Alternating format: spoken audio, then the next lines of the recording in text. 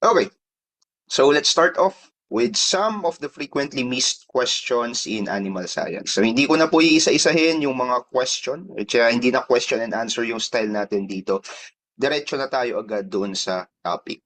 Now, some of these topics may be familiar sa inyo, kaya nakita nyo siya sa Google Classroom, kaya mabilisan lang po ito. Kasi ang mahalaga dito sa ating online coaching is yung second part, which is I will be providing you tips on how to review much more effectively and much more efficiently.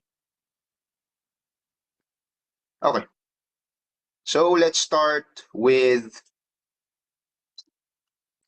this topic, proximate analysis. Okay, now proximate analysis is one topic sa ating animal science. Sa napansin kong marami sa inyo medyo nalilito pa. I'm not sure kung hindi nyo pa kasi na-cover yung topic na to. But in any case, or hindi nyo pa nabasa or napapanood yung topic na to. But in any case, wait lang, may mga nagpapa-admit pa. But in any case, let's discuss it ng mabilisan. Now, what is proximate analysis? Simply, proximate analysis po is a laboratory method kung saan in-estimate natin yung major food, yung major nutritional component, not nutritional components, major components basically of the feed. Now, according to this analysis, which yung term is proximate, we are approximating. So, yung ibig sabihin, yung key term na yan, proximate, ang lagi nyo lang iisipin dyan is yung word na approximate. Ibig sabihin, we are not exactly looking at the exact major component, but the approximate or near amount of this major component sa ating feed. Okay? Now, according to the proximate analysis method, feeds can be divided into 6 major components. And ano-ano kaya yung mga components na to? Yung 6 major component sa proximate analysis. So of course, yung pinaka-importanteng component dyan is tubig. Okay? So moisture. So moisture is simply the water content in your feed. So lahat ng pagkain, almost lahat ng food na pinapakain natin sa hayop has this moisture content. So it's the water content basically. And the water is very essential to life. But in terms of vitamins, in terms of minerals, wala siyang pinoprovide. So moisture as is. Ngayon, kapag tinanggal natin, say, ang moisture sa pagkain ng hayop, ano ang tawag doon sa matitira? Okay, any guess? Kapag tinanggal natin ang moisture sa ating feed, anong tawag doon sa matitira? It starts with letter D. Correct. Dry matter. Dry matter ang matitira. So how do you compute for moisture? Simply speaking, ang moisture mo is 100 kasi it is always assumed that the food is 100%, no? Minus the dry matter content or the dry matter percentage. Okay? So 100% minus the dry matter percentage, yan yung moisture mo. So paano naman natin makukuha yung dry matter content? Baliktarin lang natin, 100% minus your moisture. Doon mo naman makukuha yung dry matter content mo. Ngayon, sabi ko kanina, ang moisture is as is, wala yung vitamins, walang minerals, walang anything. So ano naman yung component ng ating dry matter? So dyan napapasok yung iba't ibang major components sa ating proximate analysis. So the first one is your crude protein. Okay? So part yan ng dry matter. Tandaan nyo yan. Now, crude protein is an estimate of protein. So it's not the exact protein content in the feed, but it is an estimate. And how do we estimate crude protein? We estimate crude protein through nitrogen. Okay? Nitrogen. So we estimate crude protein through nitrogen.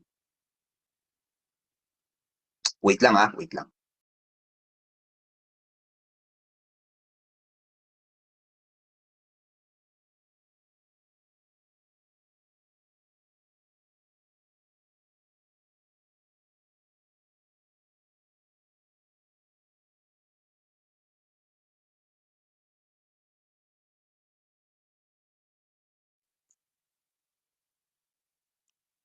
Okay, balik tayo.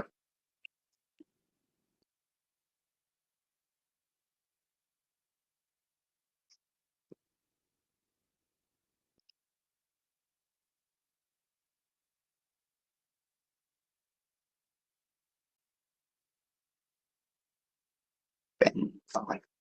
So we estimate crude protein through nitrogen content. Okay? Kasi according to the theory is that crude protein, instead of measuring crude protein as is, ang mini-measure talaga dyan is nitrogen. And then from the nitrogen content, we can actually estimate yung protein content. So, ano nga ba ang CP? Or ano ang formula on getting the crude protein based on the nitrogen? Simply speaking, crude protein is nitrogen multiplied by 6.25. Okay? So tandaan niyo yung number na yan. So kapag pina-estimate kayo ng crude protein and provide sa inyo yung nitrogen content, okay? Simply, ang gagawin lang natin is nitrogen times 6.25, makukuha mo na yung amount ng crude protein. Now, aside from your crude protein, ano pa yung part ng ating dry matter? It will be your ether extract. Okay? Now, ano naman ang ether extract? Ang ether extract, yan yung mga fat and oil content of the animal feed. Okay? Ether extract, fat and oil, simply speaking. Okay? Next, we have crude fiber.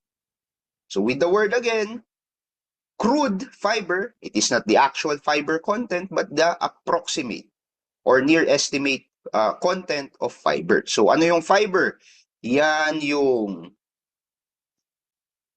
mga cellulose. Sorry, mali ata to. So cellulose, hemicellulose, lignin, nakikita natin doon sa feed. So yan yung it's not yan yung pinakamatitigas na part ng ating animal feed. So that's your crude fiber.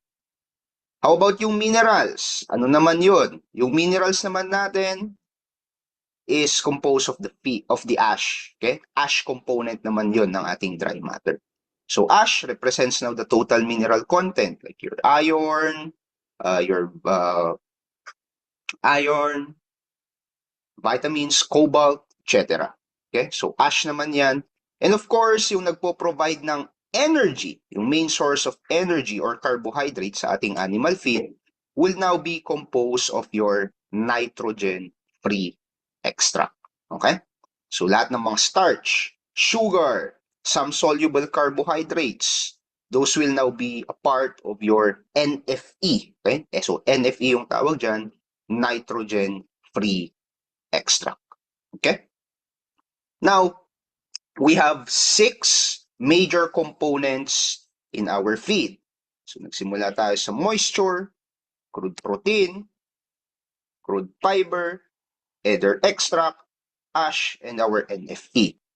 So one way to basically memorize all these 6 is just listen to my story. Okay? So paano natin ma-memorize ang mas maayos yan? So one way to memorize this is to have a visual simile or a visual representation or imaginative representation. Ilalapat natin yung mga concept na to sa isang kwento. Okay? Now, ganito ang kwento. So sa umaga, pagkagising mo, ano yung una mong gagawin or una mong i-take? So sabi ng mga scientists, ang una daw dapat nating iti-take is tubig. Pagising sa umaga, iinom daw ng tubig. So yan yung moisture. Okay? Ngayon, pagkainom natin ng tubig, pwede ka nang mag-breakfast. Yung breakfast mo is steak. Okay? Steak. Now, ano yung steak? Steak is protein. So, steak is your crude protein. Now, itong steak na to, it is arranged to form the number 6.25. So, huwag nyo kakalimutan. Ano ulit yung 6.25? Yan yung ginagamit natin na fixed number to estimate crude protein using nitrogen amount. Okay? Now, after steak, syempre, sobrang sarap ng steak. Nagmamanti-mantika yan. Diba? So, dahil nagmamanti-mantika yan, papasok na ngayon yung fat and oil content. So, gusto mo kainin hanggang pati yung mantika ng steak. Right?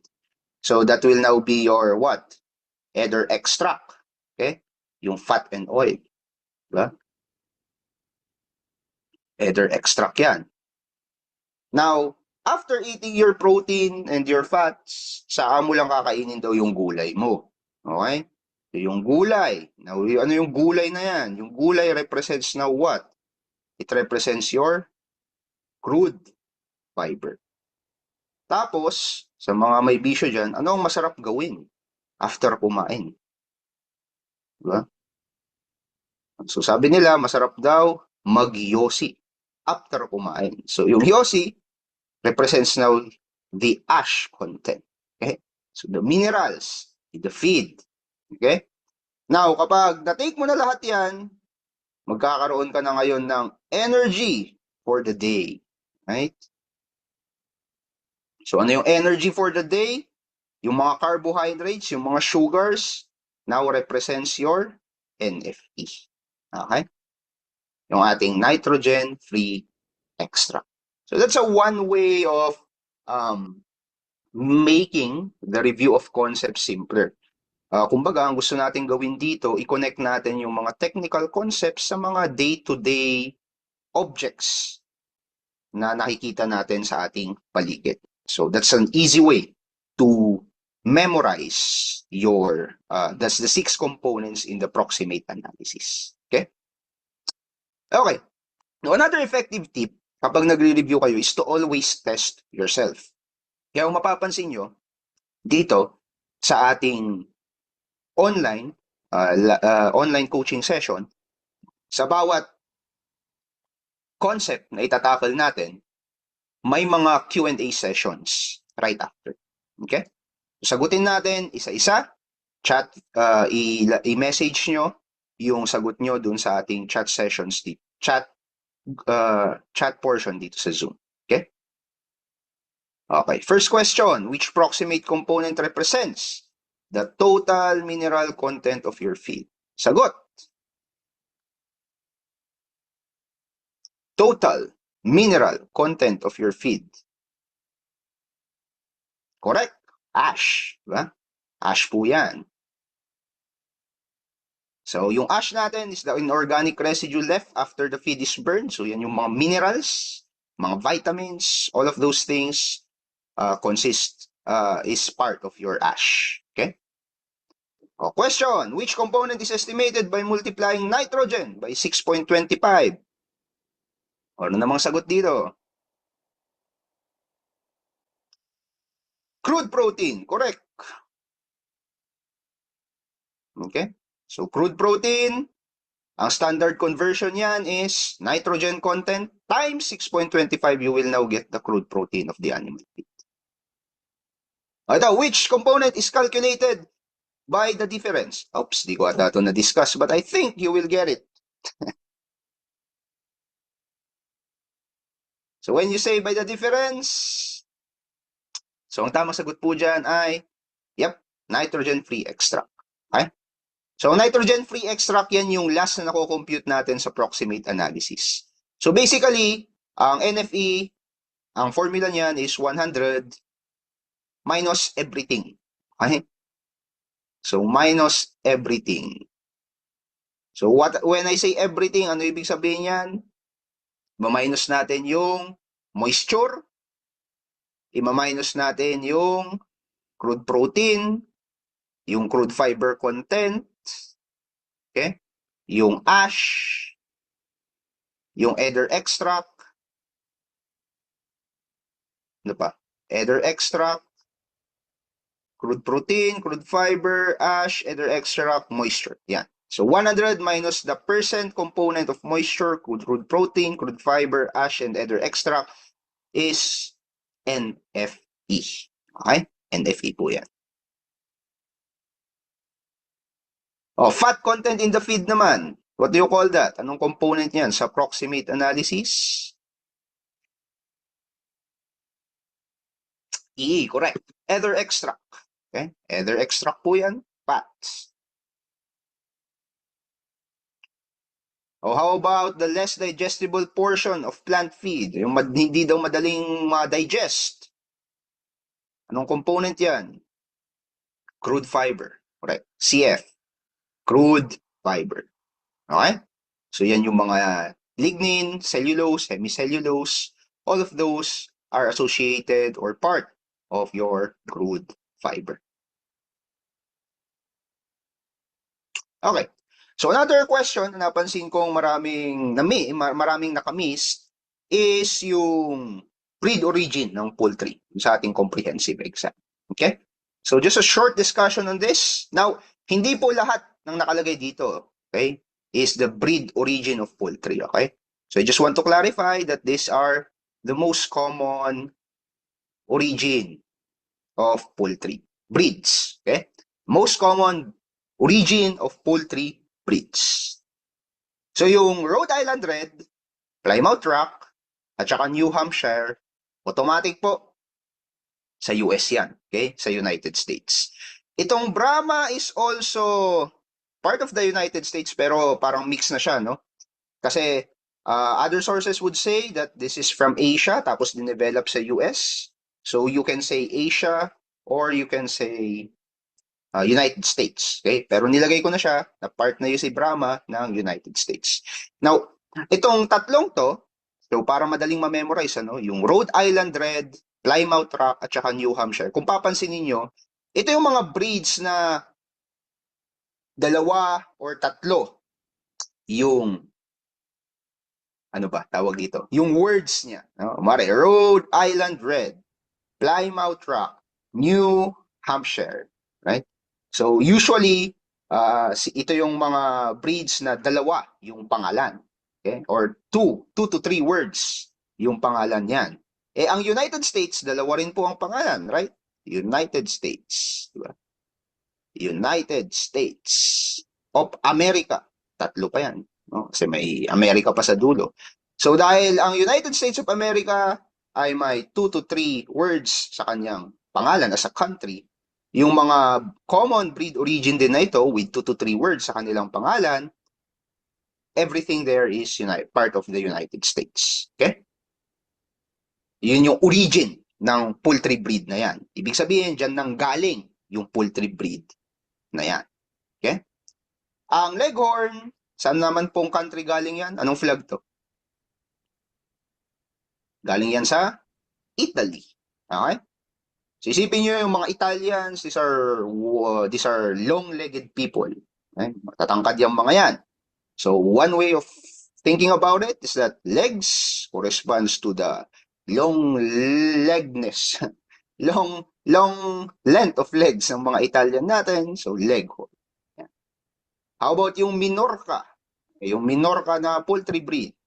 Okay? Galing naman po yan sa Spain. Okay? So Spain yung flag na yan.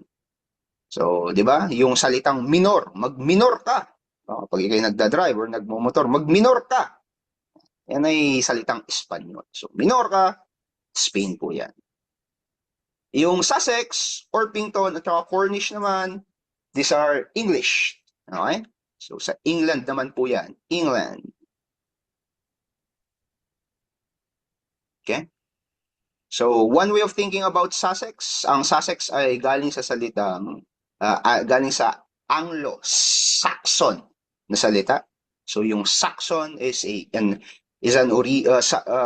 of the, what do you call this? Indigenous people or origin sa England. Yung mga tao ay mga Anglo-Saxon, so Sussex. Orpington, isipin nyo na lang si, ano pangalan ng bear na yun? Limutan ko yung pangalan ng bear. Paddington, yan. Si Paddington is an English bear. Kung napanood niyo yung movie na Paddington, so katunog niya yung Orpington, taga-England yan.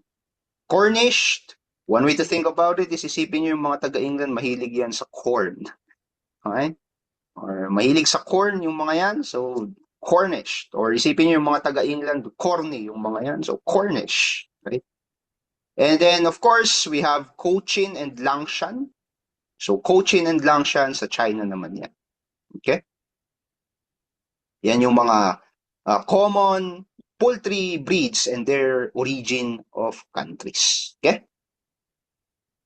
Okay. So, what is the country origin of the Leghorn chicken breed? Sagot na kanina. Italy. Very good. Leghorn. Mahabang mga Italians, mahaba ang legs. So, galing yan sa Italy. So, about yung Rhode Island Red. 2 at 3 ang pangalan. Galing yan sa United States of America. Correct. How about Cochin? Nandito na yung word, nandito na yung country. China. Cochin. Okay. Now, for this specific topic, napansin ko kasi, yun na medyo magkaiba yung way natin ng pag-intindi doon sa question na nasa comprehensive exam. Okay? So, sa comprehensive exam, tinanong kayo, ano daw yung term doon sa process of bringing partially digested feed back to the mouth for rechewing? Okay? So, ang tinatanong is the process. Okay? Ngayon, marami sa inyo ang sinagot, regurgitation. Regurgitation. So, at some point, partially correct naman, right? Kasi, ano ba ibig sabihin ng regurgitation? It is when the feed or the cud na kinain ng ating ruminant is yung partially digested na nasa tiyan niya is brought back to the mouth. Regurgitation yan. But remember, in the comprehensive exam, you're going to notice it, we are actually asking for the process. So not a specific step in the process, but the process itself. So kapag tinanong kayo sa exam on the process of bringing partially digested feed back to the mouth for rechewing, ang tamang sagot po doon is rumination. Okay? Now, commonly, we call rumination as cud chewing. Kasi ang mga ruminants natin, in terms of eating, medyo unique yung mga yan. Kasi yung cud, or yung kinakain nila, ay bumabalik sa kanilang bunganga right after the stomach for rechewing purposes and back to the stomach again. So bakit kaya nangyayari yon? Kasi yung pagkain ng ating mga ruminants, they are not easily digestible. So ang naging adaptation nila is, una, well, meron silang 4 na stomach chambers. Pero pangalawa, they are able to ruminate on their food. Okay? They're able to bring it out, chew again, and then get back, and then ipunta ulit sa another part ng kanilang stomach chamber. Okay?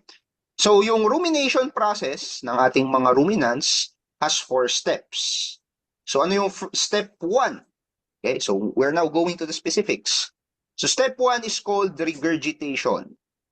It is, regurgitation happens when partially digested feed is brought back to the mouth. So, nailuluwa or yung nasa tiyan na, okay, bumabalik sa bunganga, ang tawag doon, regurgitation. So, after may balik sa bunganga, ano yung next step? They are remasticated. Ibig sabihin, the cud is being chewed again. So what is the cud?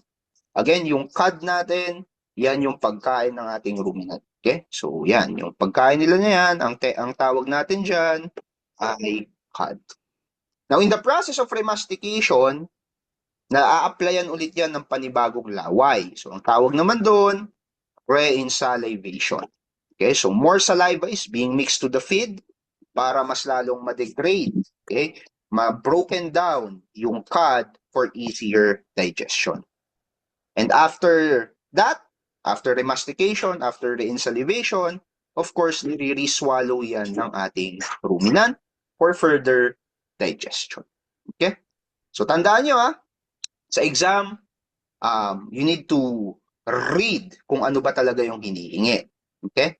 So the term for the process of bringing partially digested feed back to the mouth for rechewing, ang tawag doon, rumination. Pero kung ang tinanong lang sa inyo is, the term where partially digested feed is brought back to the mouth, very specific, brought back to the mouth lang, ibinalik lang daw sa bunganga, ang tawag naman doon ay regurgitation. Okay? Okay. So, yan ang sagot dito. What is the term for the process of bringing partially digested feed back to the mouth for rechewing? Sagot po ay process po. Process. We're looking at the process. Yan. Pag process ang hinihingi, rumination po, hindi regurgitation. Okay? Kasi ang titingnan natin yung buong proseso. Not just one specific step, but the whole process. And also, kung papansinin nyo, yung question may qualifier. Okay? Ano yung qualifier dyan? Bringing partially digested feed back to the mouth for rechewing. So actually, yung process na yan, hindi lang yung pagbalik daw ng feed back to the mouth, but it also involves remastication. So dalawang step na yan. So dalawang step yan, mas nagme-make ng sense na ang sagot natin ay rumination. Okay? How about this? What is the partially digested feed that is regurgitated and rechewed by ruminants called? So ano daw tawag? Doon sa feed. Ano yung tinatawag doon sa feed na nire-regurgitate at nire-rechew? Very good. Cud. Okay? So, ang hinahanap natin dyan is yung tawag sa feed. Okay? Ano daw yung tawag dyan? Okay? Sabi ko kanina, ang tawag dun sa pagkain na niro-ruminate ng ruminants is cud. Cud po ang tawag dyan. Cud. Okay? How about this? What is the term for bringing partially digested feed back to the mouth? So again, very specific.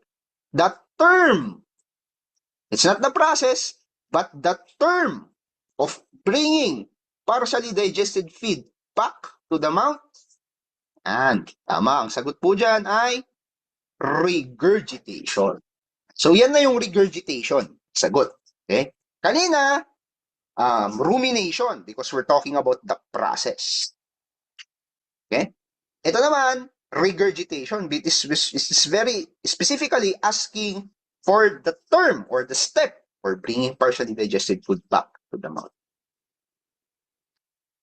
How about this? What is the term for chewing the cud again? O kapag ninuya ulit, anong tawag doon? Okay, you call that remastication. Tama. Remastication. Okay? Okay. So let's now move forward to our next topic. And for this, we will be talking about what are the common different tests for milk. So sa ating table of specifications, isa sa mga topic doon, specifically sa animal science, is yung mga common test daw to test the quality of milk products. And based on that,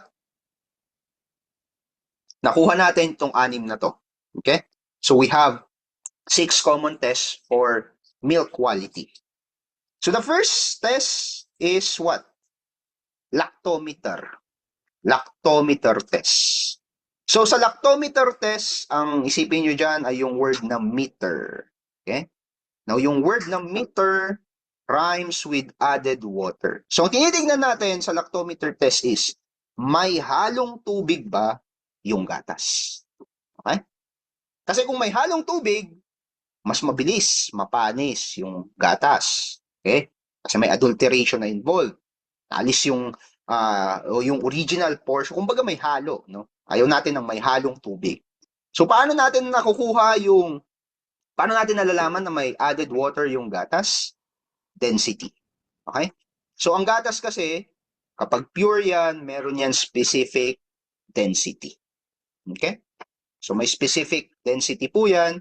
Kapag hindi umakma dun sa specific density yung gatas na tinitest natin, we can assume that the milk is adulterated with water. Nadagdagan siya ng tubig.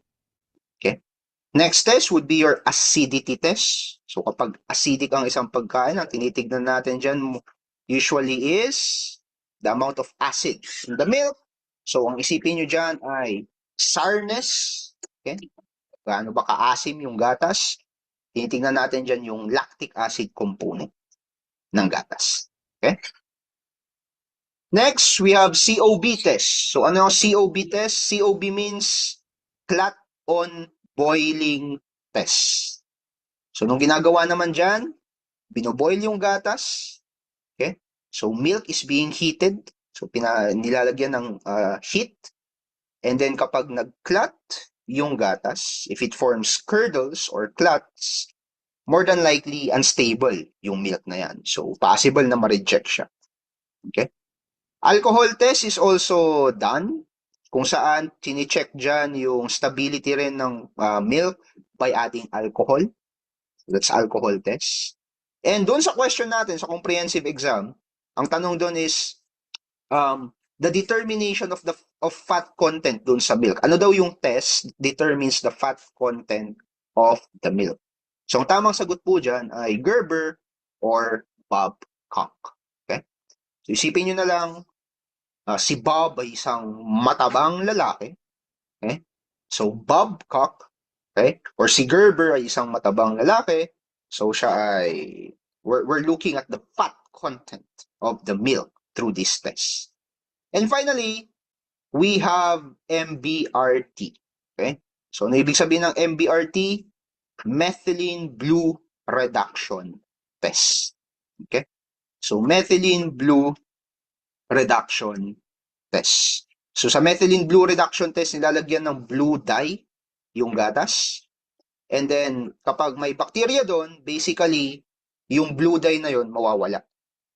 So malalaman mo na may bacteria yung gatas kapag yung blue dye na nilagay doon sa ating milk, biglang nawala kasi kinain or not necessarily kinain.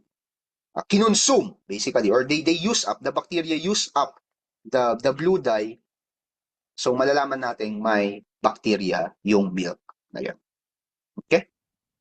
So yan yung mga common tests for our milk. Now, if you want to dive deeper on this topic, again, nasa Google Classroom natin yan. Punta lang kayo dun sa animal science subject natin. And then meron tayong topic doon about milk or about milk testing. Yeah, or I think common dairy products, nandun na portion na nandun in-specify natin isa-isa yung mga different tests for milk adulteration or milk quality. Okay?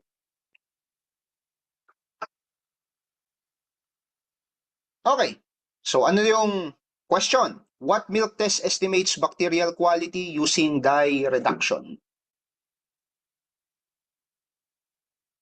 Sagot? MBRT.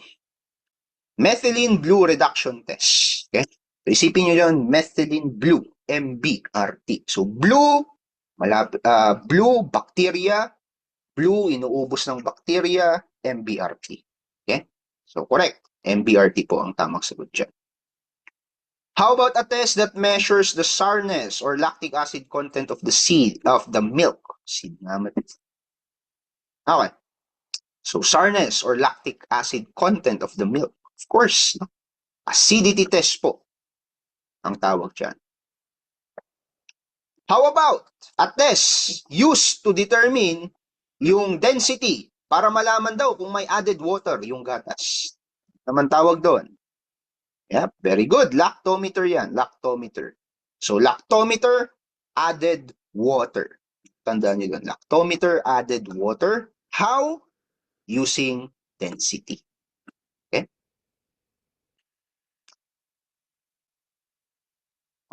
What milk test determines whether milk clots when boiled? Milk clots when boiled, COB. Clot on boiling test. Tama. Right? Clot on boiling test. So our next topic, we will now be talking about vitamins. No? Vitamins. Now, itong topic natin ng vitamins, again, nasa Google Classroom lang din natin yan. So, pahapyaw lang ulit. Okay? Now, ang vitamins, pagdating sa animal feed and even sa human nutrition, nahati yan into two classifications. Okay? So, meron tayong fat-soluble vitamins and meron tayong water-soluble vitamins. So, anong pinagkaiba ng dalawang yan? Pag sinabi po natin na yung ating vitamins is fat-soluble, ibig sabihin, yung mga bitaminang ito ay napupunta or nai-store and naita-transfer sa katawan ng hayop through fats. Okay? So isipin nyo yung mga vitamins na yan, si A, D, E, and K, okay? Si A, D, E, and K, ang main na transportation niya sa katawan is through fats. Okay? So kapag nag-i-intake yung hayop ng different fat-soluble vitamins, kapag yung hayop ay mataba, ibig sabihin yung mga vitamins na yan can be stored in the fat portion of the animal. Okay? So meron tayong 4 na fat-soluble vitamins and para madaling maalala, yung acronym na gagamitin natin is ADEC. Okay? So hindi addict, no? ADEC. Yan. So ano yung yung mga vitamins na yan? Okay? Ano yung mga vitamins na yan? A, D, E, and K. So vitamin A is for vision. Tandaan niyo yan. Right? Kaya nga tayo pinapakain ng kalabasa, pinapakain ng mga yellow foods daw, kasi these are important sa ating eyesight. So vitamin A, eyes. Okay, so that's one way of thinking about it. A, eyes. So vitamin A is for eyes. Okay? Ano naman ang vitamin D? D is for calcium and phosphorus use. Okay? So vitamin D, ang isipin nyo dyan, deposit of calcium. So very important yan sa calcium component na nasa katawan ng ating hayop. So deposit of calcium in bones, that's your vitamin D. So D stands for deposit of calcium in bones. How about vitamin E? Ang vitamin E naman is an antioxidant, okay, for muscle and reproduction. Pero yung pinaka-importante dyan is yung pagiging antioxidant niya. So E, you can memorize this better by using the word envelope. Okay? So yung ating vitamin E is an envelope of protection. Okay? So bakit siya envelope of protection? Kasi very important yan as an antioxidant vitamin sa katawan ng hayop. Now, ano ba kasi ang antioxidant? Inaalis niyan yung mga free radicals dun sa loob ng katawan. Okay? So itong mga free radicals na to, yan yung mga nagkukos ng iba't ibang klaseng sakit. So kapag meron kang antioxidant, okay? So they are now a means of enveloping protection to your animal. Okay? And then we have vitamin K. Okay? Very important yan sa clotting. Now, you can spell the word clotting by using K para mas maalala nyo. So vitamin K for clotting purposes. Okay? So yan yung ating fat soluble vitamins. So madali lang na i-memorize yan. So A for A's, no? D, vitamin D for deposit of calcium in bones. Vitamin E for envelope protection kasi antioxidant siya. And vitamin K, very important sa blood clotting, and clotting spelled as Klotting. Okay? So yan yung ating fat soluble vitamins. Now, let's go on naman with our water-soluble vitamins. So anong pinagkaiba ng ADEC, fat-soluble, sa ating mga water-soluble vitamins?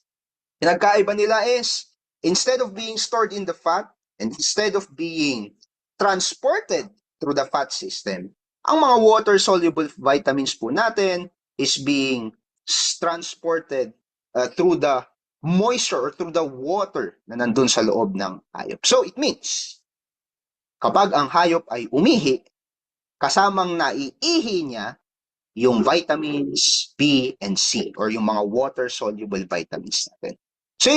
So kung tatanungin kayo sa exam, alin ang mas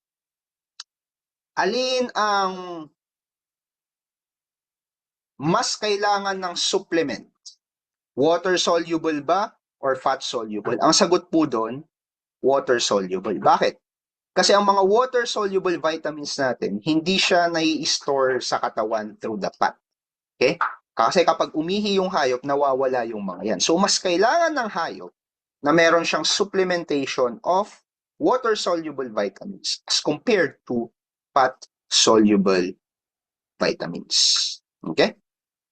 Now, ito, kahit na dalawang letter lang yan, B and C, si letter B, maraming pangalan. Okay? So, isa-isahin natin. Si vitamin B1, we call it thiamine.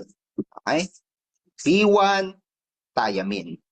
Now, ang importante lang na ma-memorize nyo dito is yung B1, meaning brain first. Okay? Brain first. Kasi ang ating vitamin B1 is very important for brain development and it's very important for the nerves to function properly. So, vitamin B1, brain first. Okay? Si vitamin B2 naman, which is si riboflavin, okay?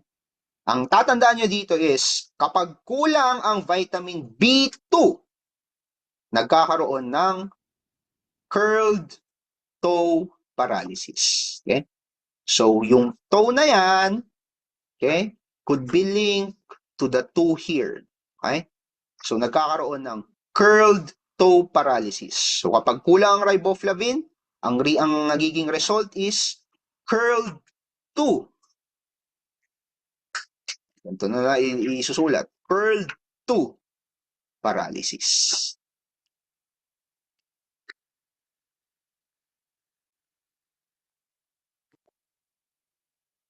Okay. Next, we have B3. So, ang vitamin B3 natin is niacin. It's called niacin. And ito naman ay very important for energy metabolism. Kasi for example, yung ating carbohydrates at saka fats, as is, hindi yan magagamit ng hayop as a source of energy. So ano yung way niya para ma-convert yung carbohydrates at saka fats into energy? Isa sa mga ginagamit niya is vitamin B3. Okay? So, one way to think about niacin is that this is useful for energy. Okay? So, energy from 3. Okay? Para maalala natin, B3. Energy from 3 nutrients. So ano yung 3 nutrients na binabanggit dyan? Yan yung ating carbohydrates, fats, at saka protein. Okay? So energy from 3 nutrients, vitamin B3 po yan. Okay? How about B5? Okay. So B5 is for power transfer. Specifically, it has it synthesizes yung coenzyme A na very important for the transfer of energy from one cell to another. So that's vitamin B5. Okay? So pantothenic acid yan. So yung pa dito, okay? You can think about it as pantothenic acid providing power. Okay? So pantothenic acid providing power. That's vitamin B5. Vitamin B6, pyridoxine. So ang pyridoxine naman is important for amino acid metabolism. Now, ang amino acid, importante yan for protein synthesis. Okay? So yan yung main building blocks ng protein sa katawan ng hayop. So kung bakit siya nagiging muscular, kung bakit siya nagiging makarne, ang building blocks po niyan is amino acid. So one way to think about B6 para mas madaling maalala is yung amino, yan, lalagyan nyo lang siya ng square dyan. So amino-amino. So ilang syllables ang amino-amino? 6 syllables. So vitamin B6. Okay? Amino-amino. B6. Amino-amino, 6 syllables. Amino acid metabolism, pyridoxine. B7 is biotin. Okay? Now, biotin naman is very important in skin, hoof, and feather health sa ating mga hayop. Okay? Now, one way to think about B7 or biotin is that biotin is the beauty vitamin. Okay? So, biotin, beauty vitamin. Very important dun sa external appearance ng hayop. Specifically, yung kanyang balat, yung hoof niya, tsaka yung feathers. Okay? B9, folic acid po yan. Okay? Very important naman yan for cell division, or for the blood health of the animal, and for fetus development. So yung folic dyan, okay, you can link it to the term formation. Okay? So formation, folic acid po yan. Okay? Or yung F dun sa folic acid, you can also think about the fetus. Importante ang folic acid para ma-develop ng maayos yung fetus kapag buntis yung hayop. Okay? How about vitamin B12? So vitamin B12 is cobalt related. It has something to do with blood and propionate metabolism. Okay? So ang tandaan nyo lang sa B12 is yung cobalt. Okay? So B12 related yan doon sa element na cobalt, and this is important, and the name, kaya ang pangalan ng B12 is cobalamin because it is important to cobalt. Okay? How about choline? Now, choline is for fat transport and fatty liver prevention. Okay? Choline naman yan, still, this is vitamin B yan, choline, and madalas mayaman yung vitamin na yan sa itlog. Okay? So sa ating egg yolk. Okay? So sa ating yolk, mayaman po yan sa choline. Okay? And it is related to fat. So fat transport and protection of the liver from fatty liver disease. And of course, we have vitamin C. Okay? So, ang dami nating vitamin B. Iisa yung ating vitamin C. Ang vitamin C is important for collagen, immunity, and stress. Okay? Stress control. Yan. So, vitamin C for stress control. Or you can also say na vitamin C for protection, okay? For immunity. Yan. So, yan yung mga water-soluble vitamins natin. Now, I'm going to provide you this table para ma-incorporate natin yung some keywords that some questions in the exam might appear. Okay? And kapag nakita nyo yung mga keywords na yan, makikita nyo agad kung ano yung vitamins na ina-identify. Okay? So you can take a screenshot of this page para meron kayong cheat sheet on the different vitamins and some of the keywords or key concepts that is related to these vitamins. Okay? So, let's start off again with our Q&A.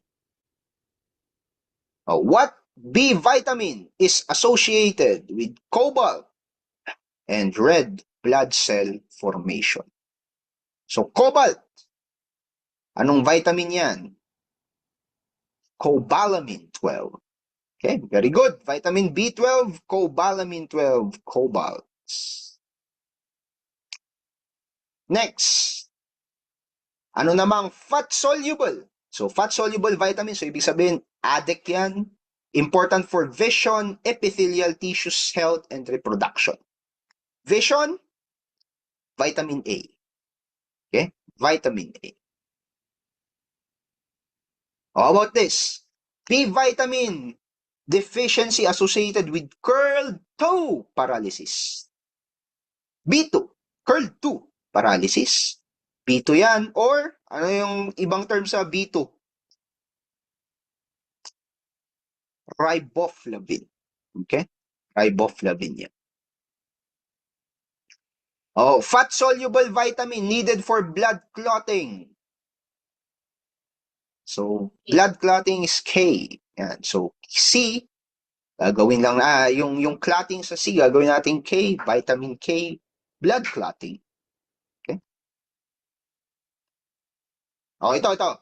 Vitamin that is important for carbohydrate metabolism and nerve function. Nerve function. B vitamin yan, ha? It is, okay, tama, no? Kapag nakita niyo yung word na nerves, neurons, brain first. Okay, brain first. B1, thiamine. Okay? B1, thiamine. Okay?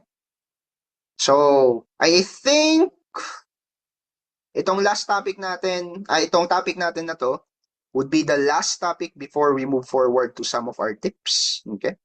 So, isa to sa mga nakita ko that are frequently missed questions dun sa ating exam. So, isa sa mga na-missed natin is yung familiarization natin sa digestive system ng chicken. Okay? So, ito yung titignan natin na pattern. Okay? So, isipin nyo na lang yung manok kumakain. So, kapag kumain yung manok, saan magsisimula lahat ng kanyang kinain? Siyempre, magsisimula yan sa beak. Okay? So, ano yung pinaka-function ng beak ng ating chicken? Okay? Pinaka-function niya is to pick up the feed. Okay? Pupulutin lang yung pagkain. Yun lang. Kasi ang beak walang ngipin, so hindi niya pwedeng nguyain yan. Right? So, pagka-pick up sa beak, dadaan yan sa esophagus. Okay? Now, yung esophagus natin, this is a passageway of the feed. So, from the beak, going now to the esophagus. Ngayon, after makarating ng esophagus, dadaan yan ngayon sa crop. So, ano naman ang crop? Okay? Yan yung ating temporary storage. Okay? So, usually, dyan naso-soften, mechanically speaking or physically speaking, dyan naso-soften yung pagkain. Okay? So, yung crop natin is para siyang stomach. Okay? Para siyang stomach. Although, ang true stomach is yung proventriculus. Pero ang crop is parang stomach, pero siya ay more related sa mechanical grinding. Okay? Yung crop is for mechanical grinding. Ngayon, after sa crop, dadaan yan sa proventriculus. Yan yung true stomach ng ating chicken digestive system. Now, sa proventriculus naman, instead na mechanical yung digestion, nagiging chemical. Okay? So, dyan na papasok yung mga different acids, okay? Para i-further break down yung pagkain ng ating manok. Okay? After sa proventriculus, dadaan naman sa gizzard, which is of course still related to mechanical grinding. And then after that, it will now go to the small intestine for digestion and nutrient absorption. Lagi nyo tatandaan na ang small intestine is always related to absorption. Okay? Absorption ng ano? Nutrients. Okay? So, hindi po yung stomach ang nag-absorb ng nutrients, it is the small intestine. Okay? After makarating ng small intestine, it will now go to the ceca. And sa ceca naman, usually yung feed dyan, yung pagkain dyan is na-further ferment. Okay? And nagkakaroon na rin ng initial water absorption sa ceca. So, yung question dun sa ating comprehensive exam is more on the fermentation. Okay? So, kung ang question is saan daw na-ferment yung feed sa digestive system ng chicken, ang sagot doon ay yung ceca. Okay? So, ceca is for fermentation. It is also related to the initial water absorption. Okay? After that, we have the large intestine. So, dadaan na yan sa large intestine. And ang large intestine naman, ang pinaka-function lang yan is water absorption. Ang small intestine is nutrient absorption. Ang large intestine is water absorption. After that, dadaan na yan sa cloaca. So this is a common chamber for ihi, tae, for reproductive tracts, no? Cloaca. And then, of course, yung exit point sa chicken digestive system is called the vent. Okay?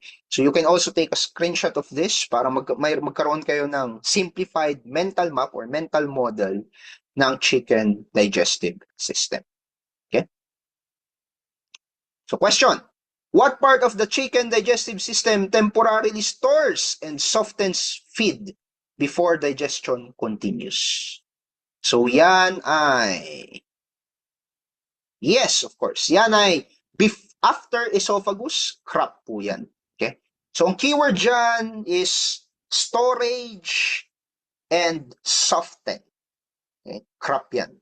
Storage and soften, that's crop. Okay? Next.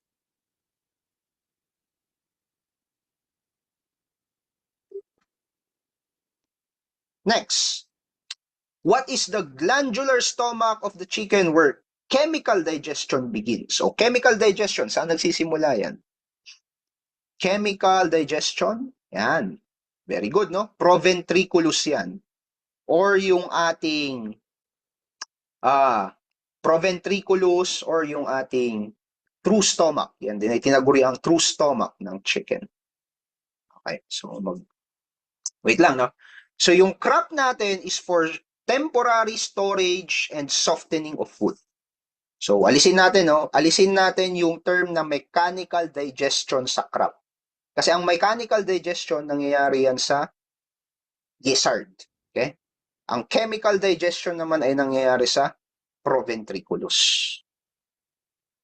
So, yung muscular organ that grinds feed, since chickens do not have teeth, ano naman tawag dyan? Gizzard. Okay? So, dyan nangyayari yung mechanical digestion. Okay? Breaking down of the feed. Okay? So ano yung ibang tawag natin sa gizzard? Sino nakakaalam? Kung ang true stomach ay proventriculus, ang gizzard naman natin is ventriculus. Okay? So yung isa ay may pro sa harapan. So yun yung chemical digestion. Yung mechanical digestion naman walang pro. So ventriculus lang siya. So gizzard or ventriculus. O ito. Sino kaya nakakaalam na ito? Hindi ko ito na-discuss, but maybe someone knows here. Digestive fluid that is produced by the liver to help emulsify fats. Okay, very good. Okay? So yung liver kasi ng hayop, nagpo-provide yan ng digestive fluid. Okay? Ang purpose ng digestive fluid na yun ay i-break down ang fat. Kasi ang fat sa hayop, even sa tao, basically, mahirap yan i-digest.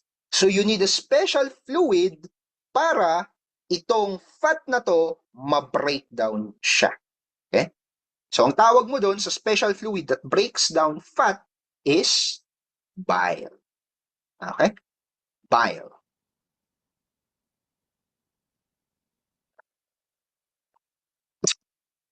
Okay. So, tapos na tayo dun sa ating lecture portion kung saan diniscuss natin yung mga frequently missed questions sa ating comprehensive exam in animal science. So tomorrow, mag-meet ulit tayo ng mga ganitong oras pa rin, 6 p.m. And we will also cover yung agricultural economics frequently missed questions. Pero before that, let's now move on to the part 2 of this coaching. Okay? Now, itong online coaching na to, kaya nga siya tinawag na coaching, is not only meant to help you dive deeper or review to the different concepts sa layer review natin, but it is also meant to give you tips, to give you insights on how you should review. Okay? And isa sa mga nakatulong sa akin na libro, nung ako'y nagre-review pa, ay nagpe-prepare for this board exam, is yung libro na Make It Stick. Okay? So itong Make It Stick na to is a book basically detailing yung iba't ibang mga strategies on how a person can retain more information. Paano ba makapag-memorize ng mas maayos? And ano ba yung science behind learning? Okay? Kasi pagdating sa exam, it's not just hindi lang tayo depende sa rote memorization. Ang mahalaga dyan is naiintindihan natin yung concepts. We really learned the concepts behind each of the question. Kasi may mga pagkakataon na kahit na foreign yung question, hindi natin talaga alam kung ano yung tamang sagot. Kapag nakita mo yung mga key concepts na yon, mas tumataas yung chances na masasagot mo siya because you know the foundation. Okay? You know kung ano ba yung nilalaman ng mga concepts na yun. Okay? So yun yung pinaka-importante. It's not about memorization, but more on learning. Okay? Kaya nga kung papansinin nyo sa mga lectures natin, even sa Google Classroom, medyo pinapalalim ko yung mga discussion. Provide ko yung context, pino-provide ko yung foundation. Because I want you guys to learn, not just to memorize. Okay? Now, isa sa mga concepts sa Make It Stick is yung calibration through testing. Okay? So, ano ba yung ibig sabihin ng concept na to? Ano ba yung ibig sabihin ng calibration? So, what does calibration means? Okay? Now, calibration means knowing accurately whether you truly understand something or not. Okay? So, in simple terms, tinitignan natin yung confidence meter natin on whether we really understand the concept or not. Kasi minsan, yung confidence natin, pamali-mali yan. May mga pagkakataon na sasabihin natin na, ay, alam ko na yung topic na yan. Pero kapag tinanong mo yung estudyante na i-explain yung topic na yon, suddenly, bigla siyang nag-freeze. Okay? Now, alam niya, siguro kung meron siyang notes sa kanyang tabi, pero kapag wala yung notes and you ask that student to explain the concept, medyo nahihirapan siyang i-explain yon. Okay? Now, nagkakaroon tayo ng poor calibration if we think we know the concepts, but when we are tested to explain the concept, hindi natin ma-explain. So, ang gusto nating mangyari dyan, guys, is that yung calibration, okay, and yung ating confidence should match. So, pag sinabi nating alam natin itong topic na to, dapat alam na alam talaga natin. So, we are able to explain it, we are able to recall concepts about it, we are able to teach it to others. Kasi isa sa mga problem talaga na nai-experience natin dyan is the problem called the illusion of learning. Okay? And saan po nanggagaling yung illusion of learning? Nanggagaling yan sa salitang familiarity. Okay? So minsan, kapag tayo nagre-review, kapag tayo nagbabasa ng ating notes, akala natin porket familiar tayo dun sa topics na yun, alam na natin. Okay? So kunwari, may mga review materials ka. Binabasa mo, binabasa mo, binabasa mo. Akala mo, kuha mo na. Okay? Akala mo, naiintindihan mo na. Bakit? Kasi nabasa mo na siya ng paulit-ulit. So after repeatedly seeing that particular concept, the sentence, the concept may feel familiar. So alam ko na to. However, kapag itinanong sa'yo, tapos hindi mo na-recall, familiar ka lang, pero hindi mo talaga natutunan yung konsepto. Okay? So that's why calibration matters. Okay? Calibration matters. Kaya nga ako, ang sinasuggest ko talaga sa aking mga reviewees, okay, magbasa kayo once, manood kayo ng video lecture once. Kumari, sa Google Classroom natin, basahin nyo yung mga notes na nandun. So, itakal nyo siya one by one from the first module going to the last module. So, itakal nyo siya one by one, basahin nyo, panoorin nyo yung mga videos, etc. But at the end of but after watching these videos and after reading these notes, may quiz agad, tama? Ang purpose ng quiz na yon is to calibrate your understanding. Okay? Now, again, after mo basahin, after mo manood ng videos, anong ginagawa ng iba? Minsan, instead of taking a quiz, ang gagawin ng iba, babasahin ulit, papanoorin ulit yung videos. Para sa akin, mali po yung technique na yon. Kasi ang tamang technique is, nabasa mo na yan eh. Kumbaga, nakuha mo na yung content. So, I think the best way to review is mag-quiz ka. Okay? Sagutin mo yung mga quizzes doon sa ating Google Classroom, para makita mo kung alam mo talaga or hindi. Ngayon, kapag nagkamali ka, kung gusto mo man magre-read, for example, edi ang i-read mo na lang, ang papanoorin mo na lang, ay yung mga concepts kung saan hindi ka kung saan nagkamali ka. Diba? So, mas nagiging efficient ngayon yung ating learning strategy. Okay? So, calibration matters. Why? Because a poorly calibrated reviewee or student has this false confidence na alam na niya yung topic, and they spend so much of their time rereading topics, rereading and rereading topics, kahit na sa totoo lang, ang binibuild nila is not learning but familiarity. Okay? So, ito. So, ito yung meat ng ating lecture. So, paano ba natin ipapractice? Okay? Paano natin ipapractice yung calibration? So, how do we know? Okay? What are some of the ways to check if we really know the topics that are being discussed? So, one way to do it is, number one, after nyong magbasa ng notes, after nyong panoorin yung video lectures natin, close it. Okay? Close it.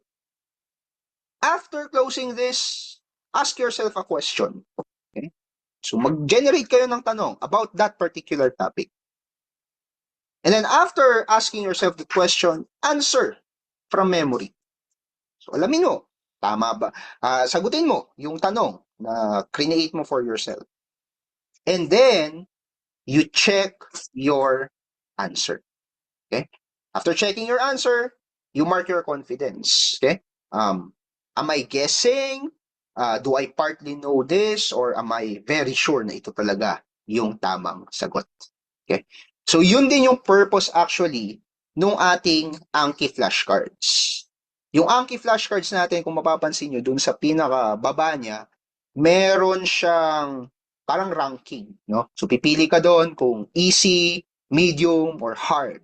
Okay? So, basically, ang ginagawa nun is ina-assess natin yung confidence natin in understanding the different concepts. So, if it's easy, basically, yung question na yon, maitatapon yon into a latter date. So, sobrang layo. For example, kapag yung concept ay sobrang simple, sobrang madali lang sa'yo, lilipad yan or pupunta yan, lalabas ulit yan after 20 days. Pero kapag yung concept ay mahirap, lalabas yan every day. So, yun yung ibig sabihin nung sineselect yung option sa baba ng Anki. So, kapag puro difficult, difficult, difficult, ay babalik lang yan, babalik sa inyo every day. Kasi ang gustong gawin ni Anki ay maitatak talaga sa isipan nyo yung concept na yon. Okay?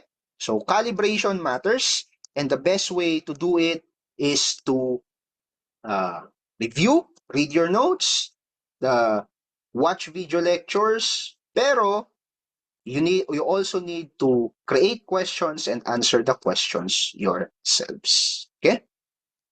So, yun yung isang tip na maipoprovide ko sa inyong pagre-review. Now, itong review method na to ay hindi madali. Okay? Actually, napakahirap niya kasi we are used to reviewing by rereading our notes. Pero rereading our notes is not effective and not efficient. Nagkikreate tayo ng familiarity, pero at the end of the day, hindi talaga natitest kung alam natin yung topic or hindi. Now ako, yung best way to calibrate for me, kung naiintindihan ko ba talaga yung lesson, is to teach others. So kapag may mga kakilala kayo na nagre-review rin, so ang gawin nyo, pwede kayong magtulungan. Pwede kayong gumawa ng flashcard and then bunutan kayo dun sa flashcard na yon. And kung ano man yung laman ng flashcard na yon, ang task lang nung makakabunot nun ay i-explain yung concept. So if you can do that, you are strengthening now the calibration of your learning. Okay? Alright, so that ends our session for today. So sabi ko nga, sobrang saglit lang no, ng online live coaching natin kasi lahat naman na ng mga materials naka-provide na yan sa inyo sa classroom. So pinaka-purpose lang talaga ng online live coaching natin is to tackle yung mga frequently missed questions sa comprehensive exam, and of course, to give you an idea of how to better design yung inyong pagre-review. Para hindi lang kayo basa ng basa, pero alam nyong effective at efficient yung pagre-review nyo. So, with that, I would like to open the floor for some questions. Okay, baka may question kayo guys sa akin, about sa Google Classroom, about sa Anki, about anything. Baka meron kayong katanungan, I would open the floor for that. Kung wala, then we will end. Okay? Now, thank you so much guys for coming in. Kaya natin, baka lang may tanong. Sir, nabago na ba yung TOS? As of now, wala pa akong nakikitang update sa TOS. Pero usually pare-parehas lang naman eh. May TOS naman na actually dati, mas detalyado lang yung TOS ngayon. So halos walang pinagkaiba in terms of topic. Any question?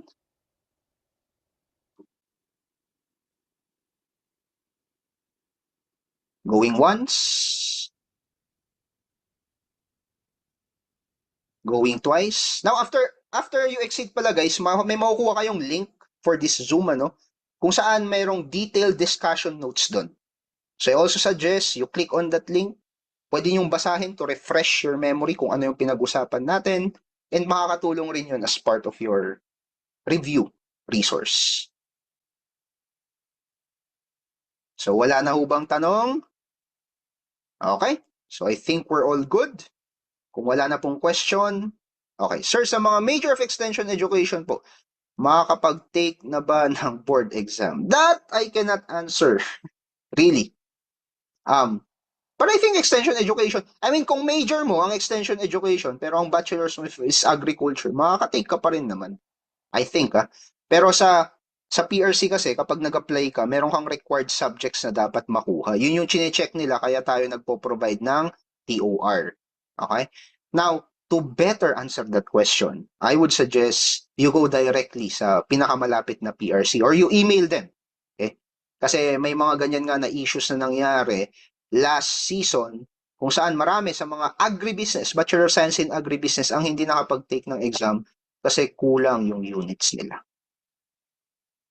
Sir, would you advise us to finish each subject before jumping to the next or simultaneous? No, I would suggest you mix it up, ma'am. Yan. Kasi later itatakal natin pero pahapyaw lang. Meron tayong tinatawag na interleaving, no? Ang gusto mo kasing gawin sa brain mo, pahirapan siya. So paano siya mahihirapan? I-mix mo yung mga subject. Okay? Kasi kapag minimix mo yung mga subject, nagfo-form ng parang ng stronger neural connection yung brain mo. Tsaka dahil mas nag-e-effort yung brain mo, dahil mas nag-e-effort yung brain mo to avoid confusion and to organize information, mas tumatatak ngayon yung mga concepts na yan. So I would suggest um, you mix it up. So ako dati, per day, ang ginagawa ko, per day, 2 subject.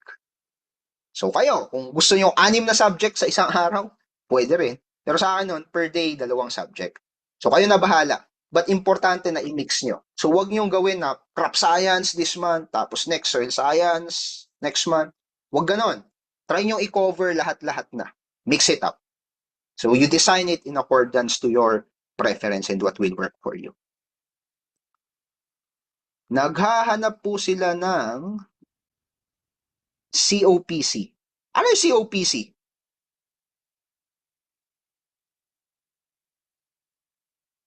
Yes, yes, okay. Yung Sir Joshua, okay lang ang 20 items per day per subject sa Anki. Doesn't matter. Ang default lang kasi sa Anki is 100 questions. Kasi yun yung ginawa ko nun. But 20 items per day is okay. Tsaka at the same time, nagpo-provide na rin ako sa inyo ng daily quiz from Monday to Friday. So parang Anki na rin yun kung tutusin. I-message nyo po ako, Ma'am Ami, about that. Kasi ang gagawin nyo po sa Anki, kailangan nyong i-download yung link na nakuha ko sa Google Drive and then i-import nyo po siya dun sa Anki app nyo. Message nyo po ako, i-assist ko kayo. I'm not really familiar with COPC. Ayesha, pero let me see. COPC. COPC. For board exam? Certificate of Program Compliance. Okay.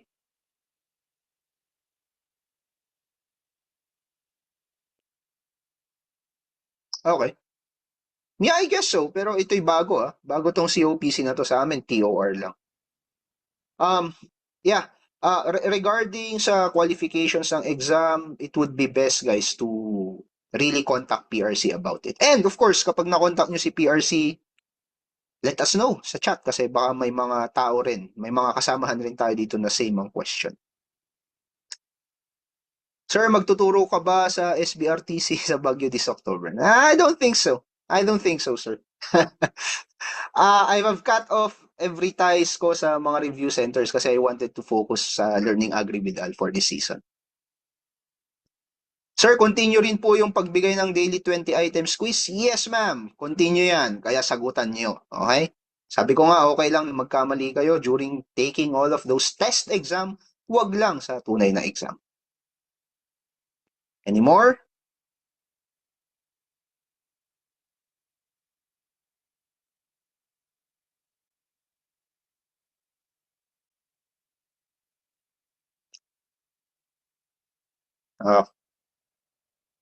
Okay lang po yan, ma'am. Okay lang yan, mag-nervous kayo ngayon. Huwag lang sa actual exam. Yeah, just take, lahat ng mga quizzes ko is very, very important. Okay, guys, lahat ng mga test ko is very, very important. Kaya sagutan nyo yan, please. Okay? Kasama yan sa binayaran nyo sa akin. Kaya, gine-generate natin yan, ginagawa natin yan for all of you guys. So, you really need to take all of those daily quizzes. Advice sa mga working while reviewing. Tamang-tama, nung ako'y nagre-review, I am also working. Now, again, ang pinaka-importanting advice ko dyan is, yung pinaka-importanting advice ko dyan, Ma'am Aisha, is to block time to review. Okay? What do I mean block time? Dapat meron ka talagang schedule na sa oras na to, magre-review ka lang. So ako dati, 1 hour sa umaga, 1 hour sa gabi. So gigising ako ng 6 to 7, ako'y mag-aaral, tapos sa gabi naman, 6 to 7, ako'y mag-aaral. So nakukuha ko yung 2 hours per day. And when you block time, you also block out all of the distractions. So bantayan nyo yung oras na yun. Okay? Bantayan nyo yung oras na yon kasi yun yung mahalaga na oras na kayo makakapag-aral. Kasi alam ko yung hirap ng pagre-review habang kayo ay nagtatrabaho. So block time, block time, block time. 100 per week. Yung ibang klase talaga si Sir Joshua, no? Pero matindi sumagot yan. Per month, sir, per month. Gawin natin per month. Di ba, kung may excess pa tayo na time, we can do more. We can do more on that. Normal lang ba na merong day na tatamarin kang mag-study? Of course! Normal lang yan. Pero, what determines or defines the moment is kung magre-review ka ba or hindi. Kasi alam nyo, ang pagre-review, hindi yan pakiramdam nyo lagi kayong motivated to review. Pero ang mahalaga is, magre-review ka ba kahit hindi ka motivated? Yun yung determining factor. Okay? So, mag-review ka pa rin kahit na hindi ka motivated. Sir, sa po nakita yung quiz na 20 items per day.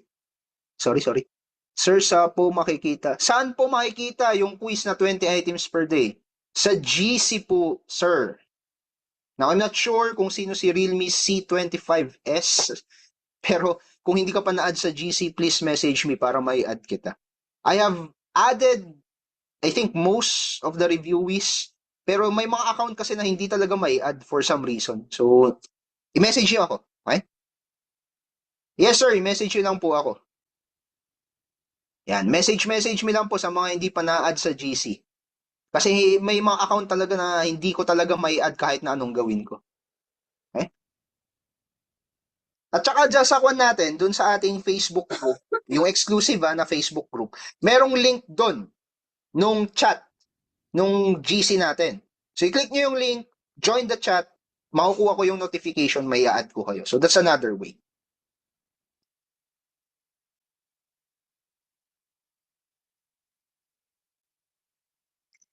Okay? Yan. So, ito yung essence, guys, no, ng ating live coaching. Hindi lang po siya puro Q&A, question, answer. May mga ganito rin. Kasi ito yung mahalaga. Magkaroon tayo ng support group for each other. And so, yung mga tanong nyo yan, nakakatulong yan para din sa ibang mga kasamahan natin. Okay? So, wala na? Wala nang question? Going once? Going twice? Yes, ma'am. Regular meetup na po ito every Saturday and Sunday from 6 p.m. to kung ano oras tayo matatapos. Pero usually 1 hour, 1 hour 30 minutes, that would be enough. Okay? Kasi nga sabi ko, lahat na ng materials na natin, lahat ng mga resources natin, nasa Google Classroom na. Okay? May mga pre-recorded na tayo on that. At the same time, ipopost ko rin ito, kaya ako to ni-record. Popost ko rin siya ulit sa GC para mabalikan nyo. And then, sabi ko nga kanina, may notes na may po-provide right after this meeting. Si-send yan ni Zoom sa inyo. Okay? So, i-click nyo lang yung link.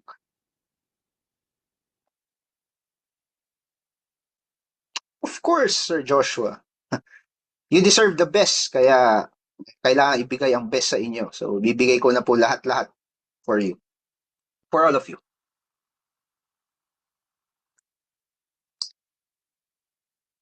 Okay? Kung sakali man po na hindi tayo magmi-meet ng weekend, sasabihan ko naman po kayo agad. Pero I will strive to meet you guys every Saturday and Sunday. Mga 1 hour, 1 hour 30 minutes, enough na po yan. So, siguro may mga pagkakataon siguro na may emergency ako, hindi ko kayo mamimit, sasabihan ko naman po kayo. Kaya guys, please join our GC. Yes, yan din ang dalangin ko. Sana makalusot po kayong lahat. Makapasa kayong lahat with confidence. Diba? Amen. Okay. Any more question? Going once? Going twice? 3 times? Alright. So maraming salamat po. Have a great evening and have a great dinner you guys. Thank you, thank you.